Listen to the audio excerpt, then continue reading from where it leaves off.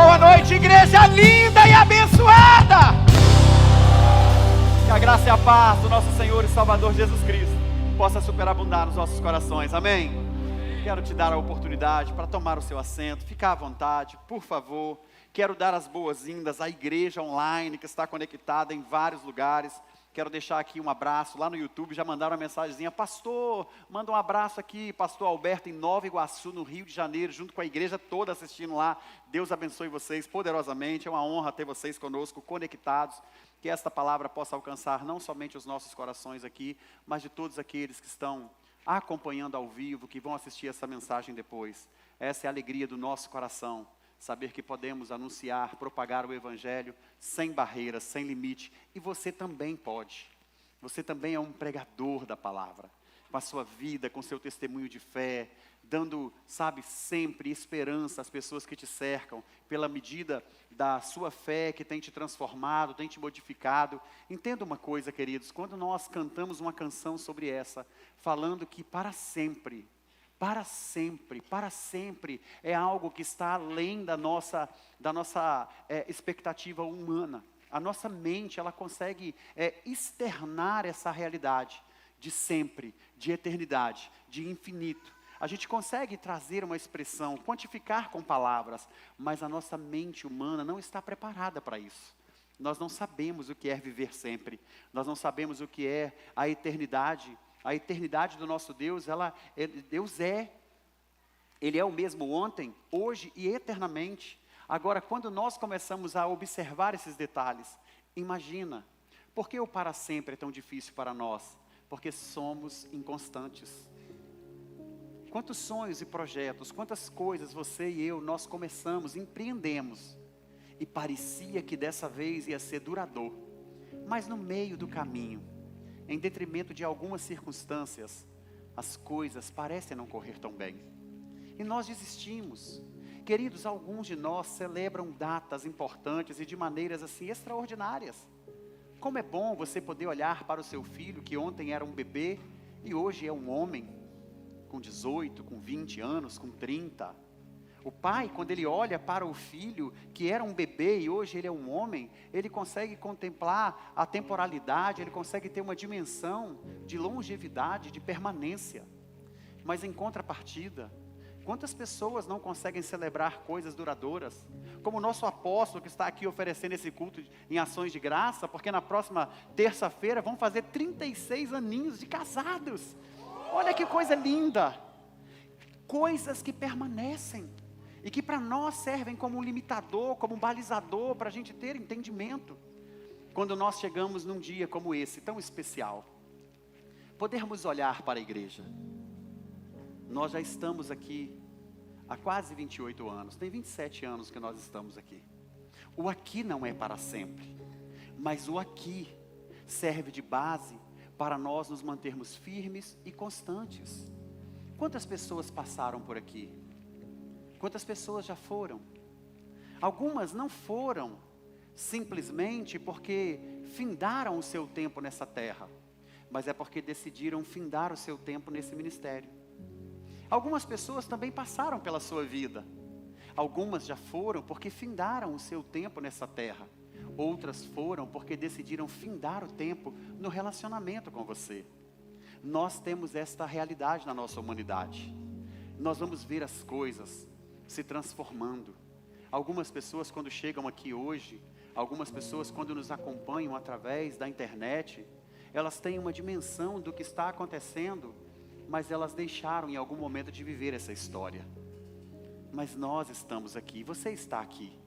E o para sempre é para quem consegue viver a constância dessas coisas em detrimento das limitações, das dificuldades, dos problemas. O amor, ele vai perpassar por essas questões. Quando o apóstolo Paulo vem nos falar sobre a realidade do amor, ele vai trazer ele vai atenuar algumas questões que nós não estamos muito acostumados com elas. Tudo suportar, tem momento que a gente fala, eu não suporto mais isso. E a gente começa a alimentar, veja bem, você pode alimentar a sua fé, a sua esperança, em coisas que são saudáveis. Mas em detrimento das circunstâncias, às vezes a gente começa a sustentar o comportamento negativo para não termos tanto sofrimento quando deixarmos para trás algo que é importante para nós. Aos poucos as pessoas vão matando o amor dentro de si. Aos poucos as pessoas vão deixando de lado a esperança para que nas suas decisões, muitas vezes errôneas e equivocadas, elas venham sofrer menos. E pode ter certeza de uma coisa: quando nós chegamos num dia como esse, pensa comigo, hoje no nosso país, quero usar este exemplo bem regional. Que isso, pastor? No país é regional? Sim. No país é regional. Se eu falasse no nosso continente é regional. Se eu falasse nesse planeta é regional. É territorial, é geográfico, é mínimo, é limitado. Porque a Bíblia nos diz que naquele grande dia, quando o nosso Senhor Jesus vier nos buscar, a terra e o mar não acharão lugar para si. Tamanha é a grandeza. Quando João tem a visão de Apocalipse, ele fala assim: nem a terra, nem o mar encontrou lugar para si diante de Deus. Tamanha é a grandeza. Tudo isso se passou e Deus faz novas todas as coisas.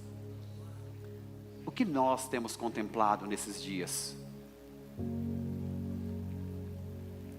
Feliz Páscoa. Feliz Páscoa. Quantos comeram muito chocolate aí? Eu comi chocolate. Ah, pastor, o senhor comeu chocolate?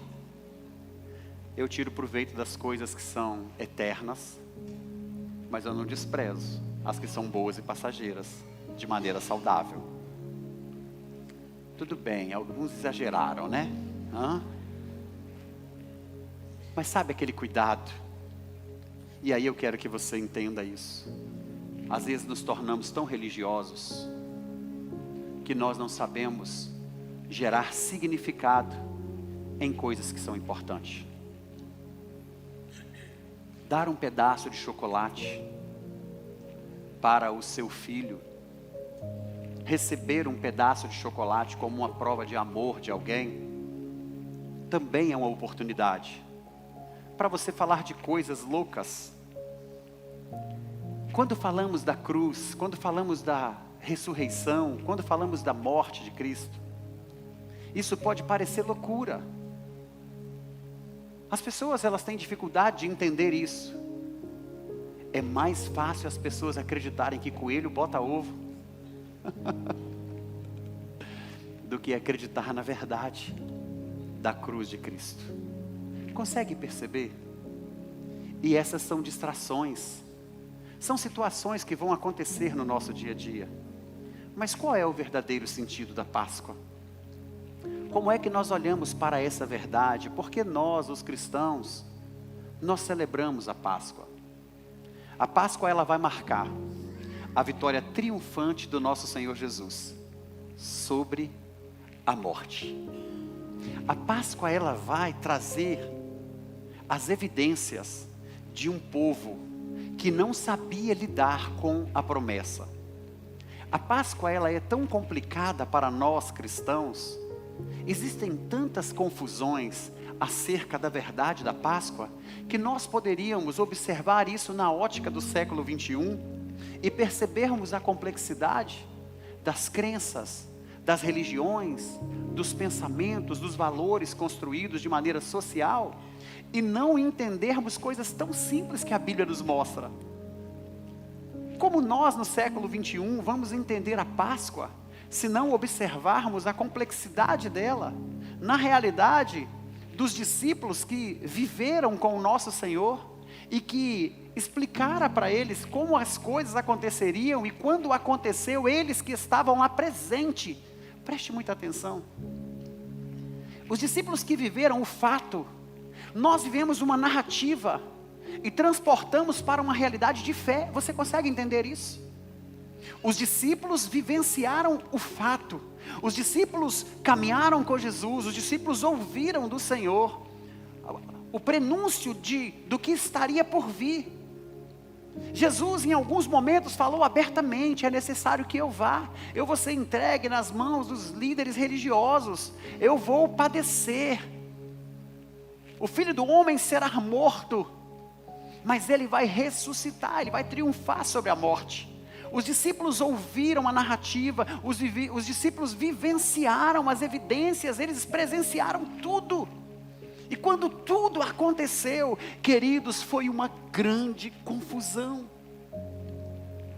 Foi uma grande confusão. E aí eu e você, no século 21, como vamos entender isso? Se não observarmos atentamente o que a palavra nos diz.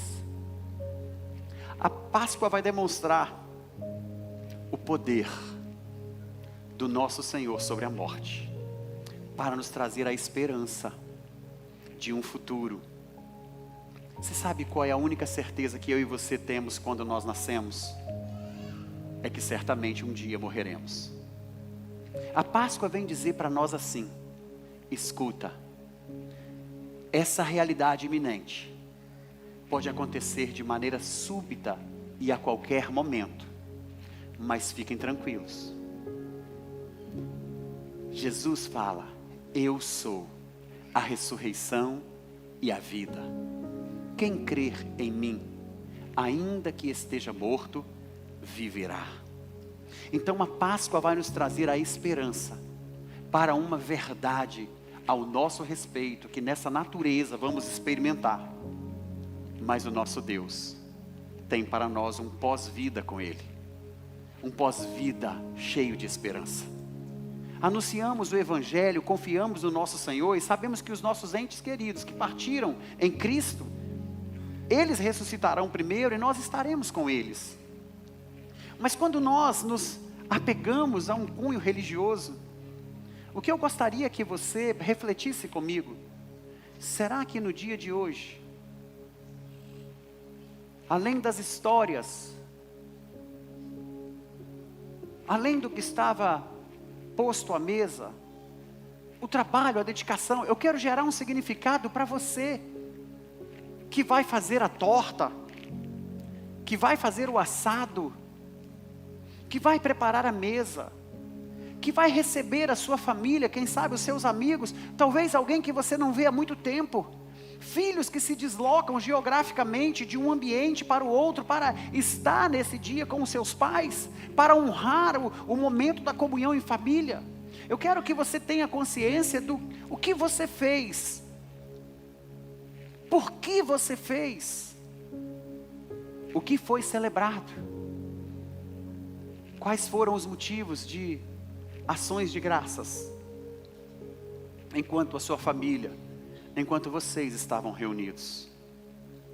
O trabalho que você tem, mãe, pai, você querido, querida, que estava ali fazendo aquela preparação, no momento em que você estava, sabe, organizando as coisas para receber os seus familiares, as pessoas que iam sentar à mesa para comer com você. Qual era a sua expectativa?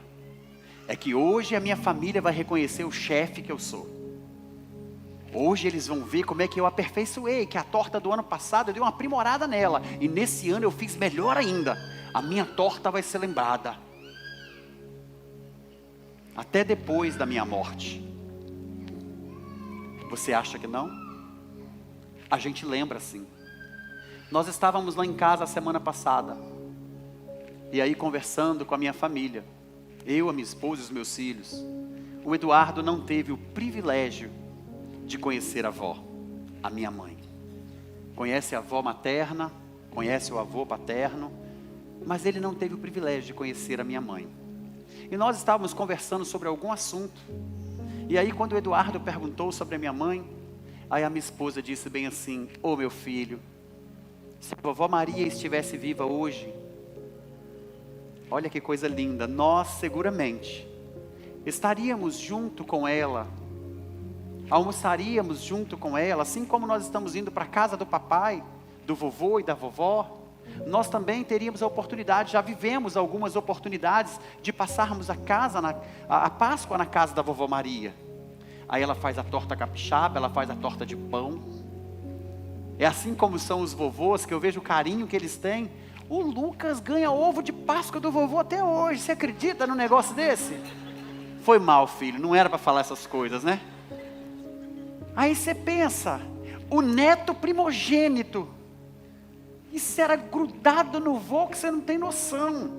E nasceu russinho, igual o vô.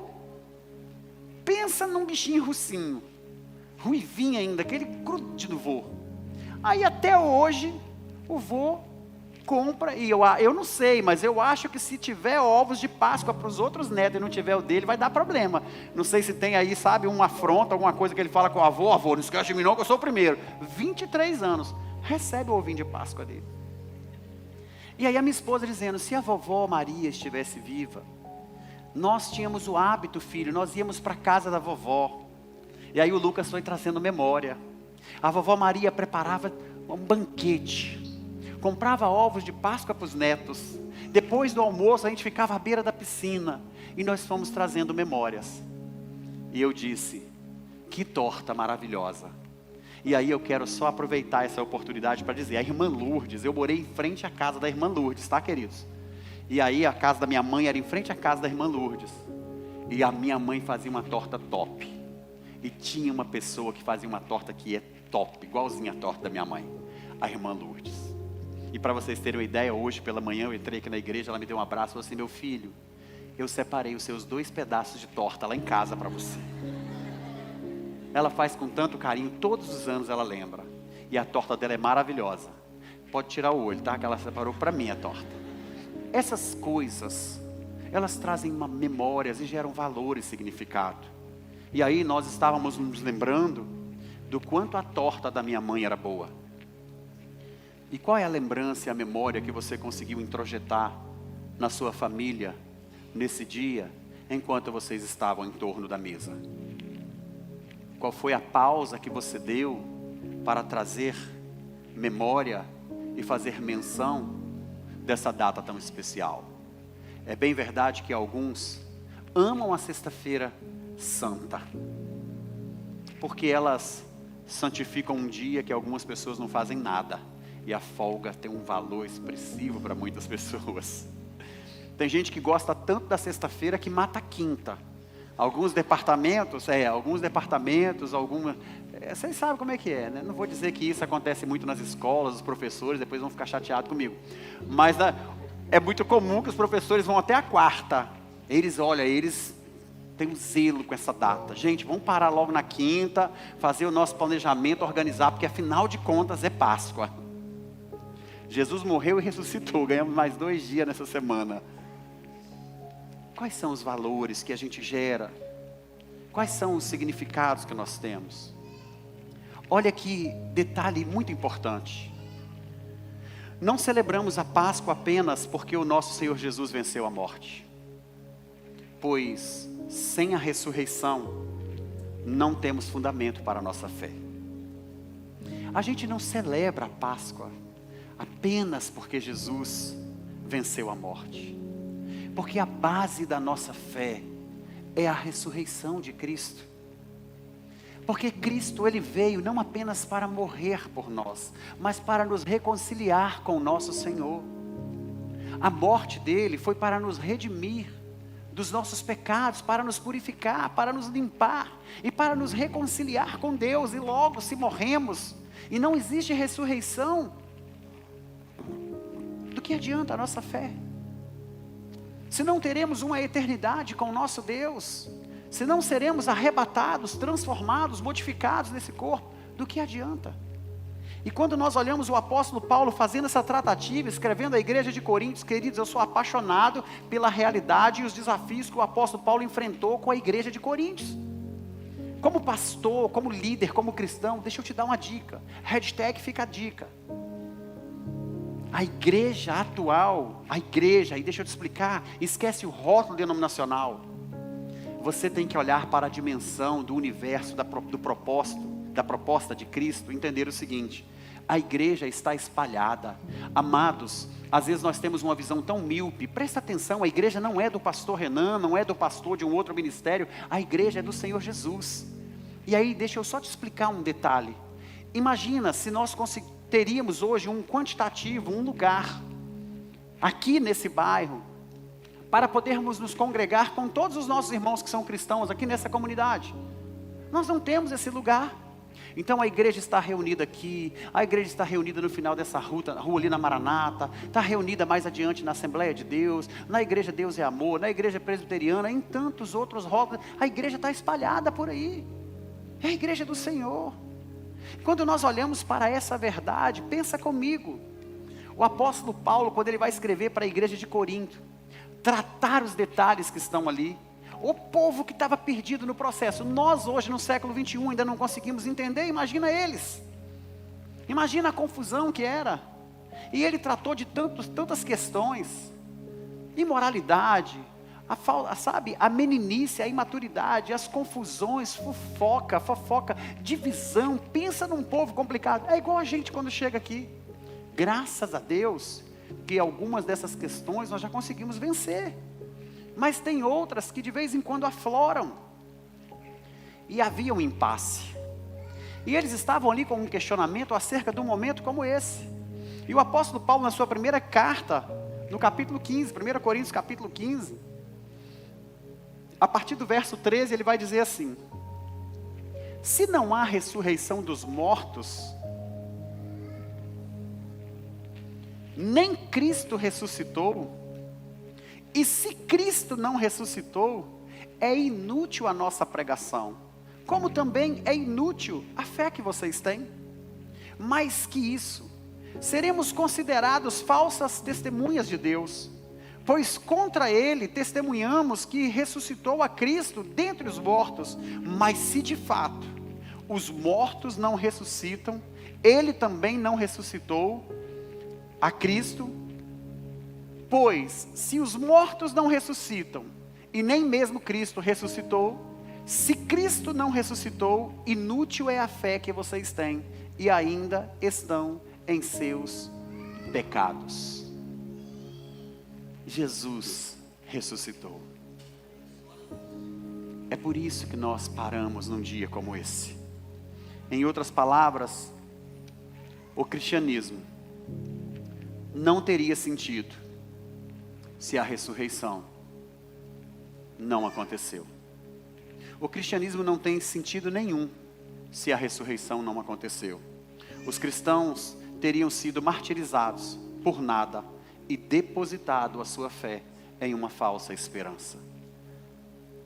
Mas felizmente, a ressurreição aconteceu. E é por essa razão que nós temos a imensa esperança. É por essa razão que eu e você, através da ressurreição, nós encontramos segurança na nossa fé diária, para que naquele grande dia, após sermos preparados pelo nosso Senhor, Ele também virá e vai nos acolher. E enquanto isso não acontece, todos os dias, nós cremos nessa sua promessa, porque tal como Ele prometeu, que morreria, ressuscitaria, e Ele cumpriu, e nos fez a promessa do Espírito Santo, deixando sobre nós o Consolador, e foi para o Pai, dizendo que voltaria para nos buscar. Nós continuamos crendo nessa promessa. E quando nós olhamos para essa questão, a Páscoa não é apenas a celebração de um acontecimento histórico, mas é a proclamação da verdade fundamental que molda todo o nosso caminho de fé e oferece esperança para o futuro. As histórias da Páscoa são cheias de pessoas que entendem o lado errado da questão. Mas eu não posso aqui tentar impressionar você com argumentos vazios. Eu preciso estimular você a olhar onde essa confusão começou completamente. Olhando para as narrativas bíblicas da experiência das pessoas que aguardavam por essa promessa. Imagina comigo. Um dia de sexta-feira, onde a luz do mundo, onde o pão da vida, onde o Filho de Deus estaria, por um momento, à vista de todos, sendo martirizado, castigado. Bem cedo, ainda de madrugada, ele começa a passar por uma série de falsos julgamentos, sendo mal interpretado. Ele parecia ameaçar um governo de homens. As pessoas se sentiam ameaçadas e, em detrimento disso, tentaram parar o nosso Senhor. Mas o governo dele excede esse governo terreno. Quantos de nós, às vezes, por não termos clareza de propósito, dentro da igreja onde nós servimos e cultuamos ao Senhor, existem pessoas do nosso lado que estão ali trabalhando pelo mesmo propósito, pela mesma causa, e nós nos sentimos ameaçados.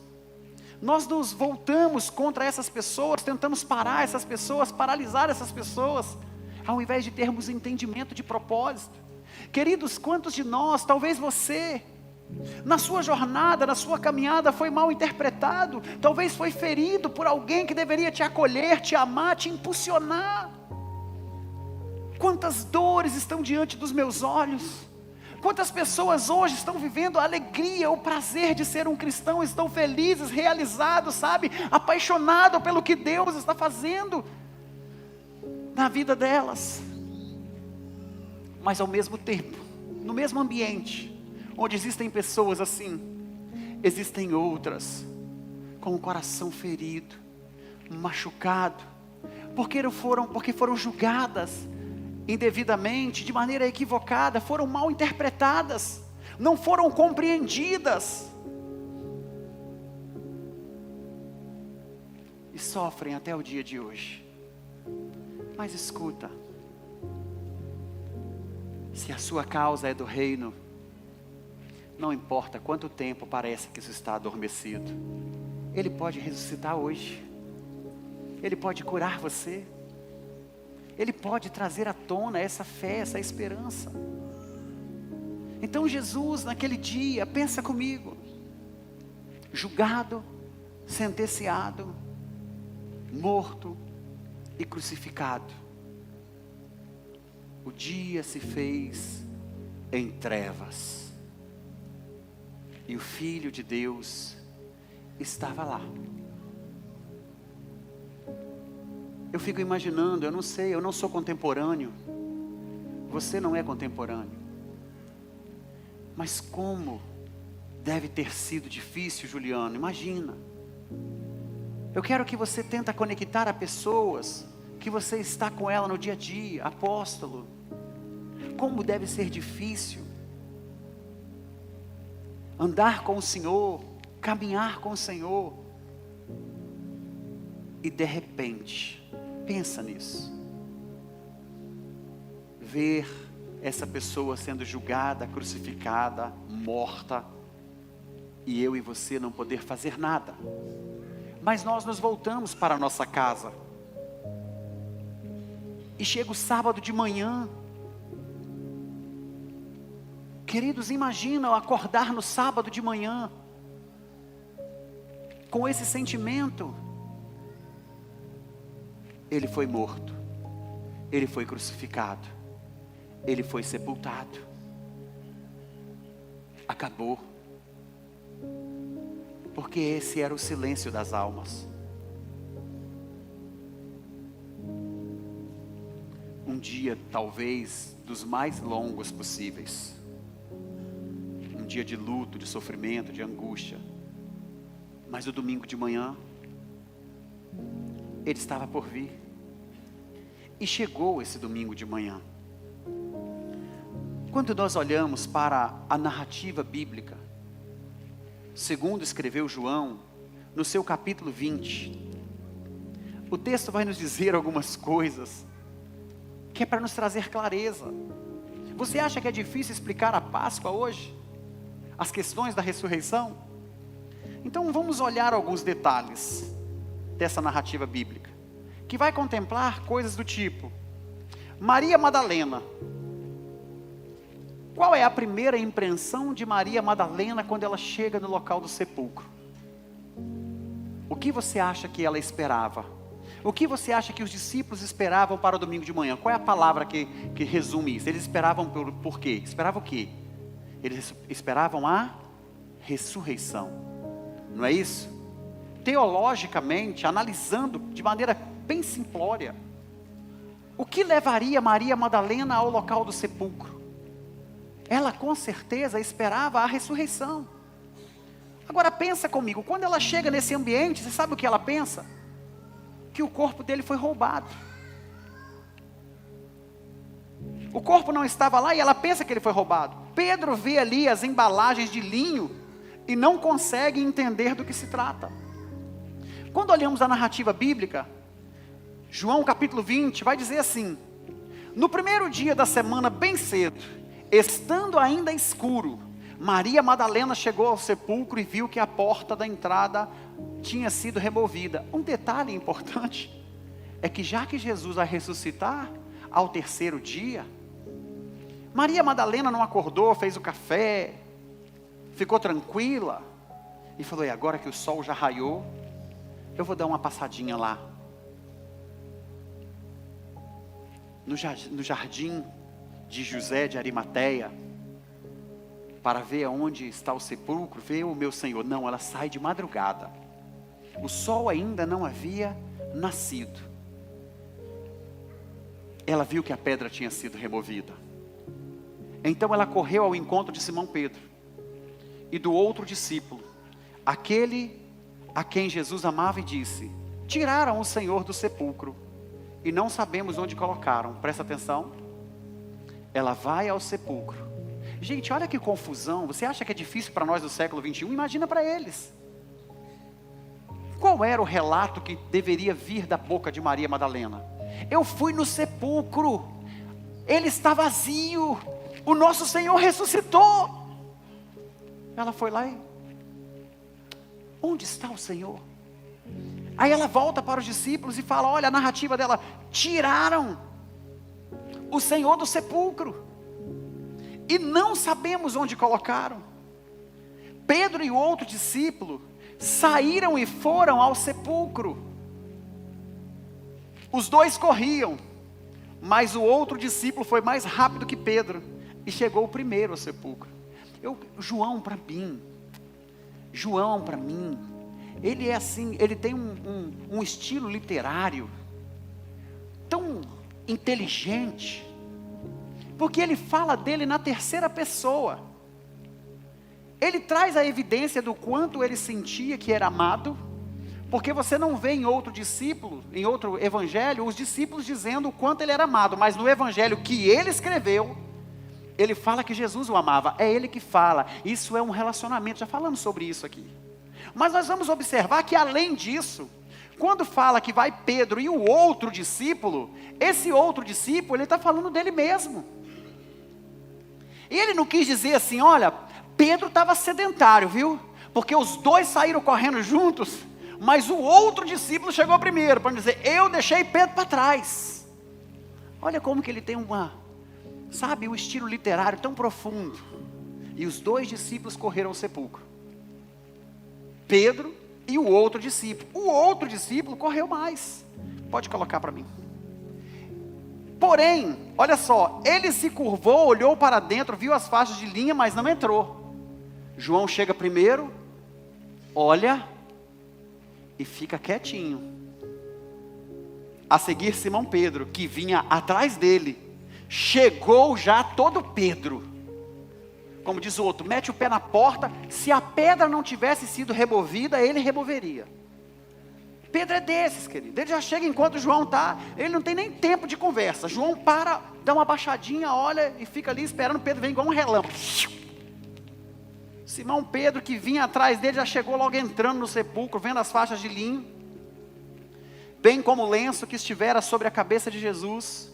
E ele estava dobrado à parte, separado, as faixas de linho. Queridos, eu posso dizer para você bem assim, olha, vou te dar uma experiência de vida prática. Aprenda a arrumar sua cama. Todos os dias quando você acordar, seja zeloso. Dobra o seu lençol, sabe, o seu edredom, arruma o seu travesseiro e deixa a cama limpinha. Jesus é tão zeloso que Jesus ressuscita, ele pega aquele monte de pano, aqueles linhos, dobra tudo bonitinho, está ali certinho. Ninguém encontrou um caos, uma desordem na sepultura. Jesus nem na morte provoca caos e desordem. Podia estar tudo bagunçado, tudo de qualquer maneira. Nós estaríamos lendo agora. E chegou lá, tinha lençol caído pelo chão, sangue espalhado para tudo quanto é lugar. Não, Jesus pegou, dobrou o linho, organizou, deixou lá e falou: valeu, tá? Pela estadia de 3 dias. Olha que exemplo. E aí essas narrativas estão aqui nas entrelinhas.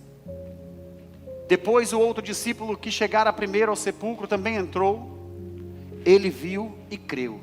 Então Pedro está lá falando, eu imagino Pedro falando: João, olha aqui, está tudo organizado, meu irmão, Jesus não está aqui. Aí João entra, olha, rapaz, é verdade. Agora olha o que acontece. Eles ainda não haviam compreendido que conforme a Escritura, era necessário que Jesus ressuscitasse dentre os mortos. Maria traz um relato: levaram o corpo do nosso Senhor. Eles falaram: como assim? Vamos lá ver. É verdade. O que é verdade? Levar o corpo. Eles ainda não haviam compreendido que conforme a Escritura era necessário que Jesus ressuscitasse dos mortos. Os discípulos voltaram para casa. Então o versículo 10 vai dizer isso. O que eles fizeram? Eles voltaram para casa. No versículo 11, Maria, porém, ficou à entrada do sepulcro chorando. Enquanto chorava, curvou-se para olhar dentro do sepulcro. Até então Maria estava só como um simples coadjuvante. Veio e relatou o fato de que roubaram o corpo de Jesus, levou a mensagem equivocada, porque para ela a primeira impressão é essa: roubaram o corpo de Jesus. Os discípulos, no ímpeto de vamos resolver, saíram correndo, chegaram lá, verificaram os fatos. É verdade, Jesus não está aqui. E eles foram embora para casa. Maria permanece ali chorando. Ela decide inclinar a sua cabeça. Ela decide dar uma olhada para dentro do local. E aí ela viu 2 anjos vestidos de branco. Um estava sentado à cabeceira e o outro aos pés. Gente, mas João e Pedro acabaram de sair dali. Mas eles foram procurar o corpo. E eles não compreenderam o que estava acontecendo. Logo que entraram e viram o sepulcro vazio, o que eles fizeram? Foram embora. Interessante que não falaram nada para Maria. Maria, realmente roubaram o corpo do Senhor, vão embora para casa. Eles só saíram dali, não sei se frustrados, se preocupados, se decepcionados, eles foram embora. E Maria Madalena permaneceu ali chorando, como quem diz: e agora, o que vai ser feito? E quando ela olha dentro do local onde eles acabaram de sair, ela vai ter essa visão dos 2 anjos. E eles lhe perguntaram: mulher, por que você está chorando? Levaram embora o meu Senhor, respondeu ela, e eu não sei onde o puseram. Nisso ela voltou e viu Jesus ali em pé, mas ela não o reconheceu. Gente, é complicado falar sobre as evidências da ressurreição. Volta o versículo lá para você não ficar dando spoiler da mensagem ainda. Ela não consegue ver. Ela olha e vê Jesus, mas ela não o reconhece. Pensa comigo. Jesus a caminho de Emaús. Os 2 discípulos falando das coisas que aconteceram, indo embora de Jerusalém a caminho de Emaús. Jesus para do lado deles e vai conversando com eles. E vai conversando, até chegar em determinado lugar, onde eles se assentam: fica conosco, repousa aqui, vamos comer e tal. No momento em que Jesus pega o pão, parte dá graças, o coração dele que ardia, eles falam: gente, como nosso coração ardia, a gente não reconheceu o que é o Senhor. Você vai perceber que nas evidências da ressurreição de Cristo, eu não sei por que motivo, mas as pessoas parece que não identificavam Cristo de imediato. Será que a mente delas não estavam preparadas para perceber que era o Senhor? Jesus está à beira do mar da Galileia, e ali preparando um peixinho, os discípulos vêm para comer e ficam naquela: é ele, não é ele? Sim ou não? Olha quantas coisas complexas estão aí, mas eu quero chamar a sua atenção para um detalhe. Eu não sei o que ofuscou a verdade do que estava acontecendo ali nos discípulos que estavam presentes naquele fato. Mas eu quero estimular você a pensar sobre o que está ofuscando A mentalidade das pessoas nos dias de hoje, que não conseguem identificar a presença de Jesus ressuscitado, ressurreto no nosso meio, não conseguem identificar Ele fazendo a obra, não conseguem perceber Ele agindo e operando por meio dos outros, por meio do Espírito Santo. Eu não sei que tamanha é a confusão que as pessoas estão hoje vivendo uma vida como se Ele ainda não tivesse ressuscitado e como se Ele não tivesse cumprido o que prometeu. Naquele momento eles estavam vivendo aquela confusão, mas eu e você, nós não podemos ter dúvida, Jesus ressuscitou. Eu e você, nós não podemos ter dúvidas. E disse ele à mulher: por que você está chorando? Quem você está procurando? Pensando que fosse o jardineiro, ela disse: se o Senhor o levou embora, diga-me onde o colocou, e eu o levarei. Maria estava agora numa situação que é o seguinte: só me mostra onde ele está, eu não vou chamar ninguém para vir buscar não, vou jogar Jesus aqui nos braços, e eu vou levar ele comigo. Ela queria saber onde estava o corpo.